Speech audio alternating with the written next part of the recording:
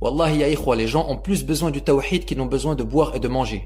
Et comme l'a dit le cheikh Abdurrazzaq al-Badr, hafidhahullah, parmi les bienfaits d'Allah envers ses serviteurs, il y a le fait qu'il a rendu ce dont ils ont le plus besoin le plus facile à obtenir, et que les moyens d'y accéder sont les plus simples, tandis que ce dont ils ont moins besoin est souvent plus difficile à atteindre.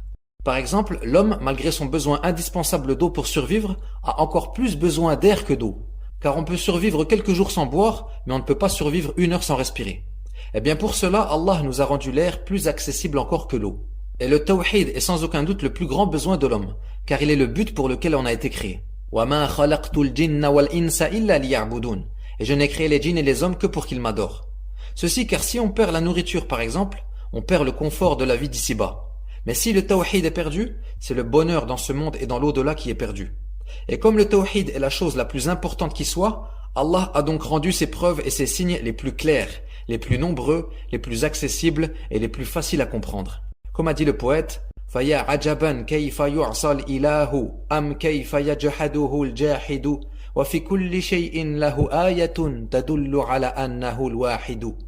Comme il est étonnant de voir comment Allah est désobéi et comment l'athée le renie, alors que dans toute chose se trouve un signe montrant qu'il est l'unique subhanahu wa ta'ala.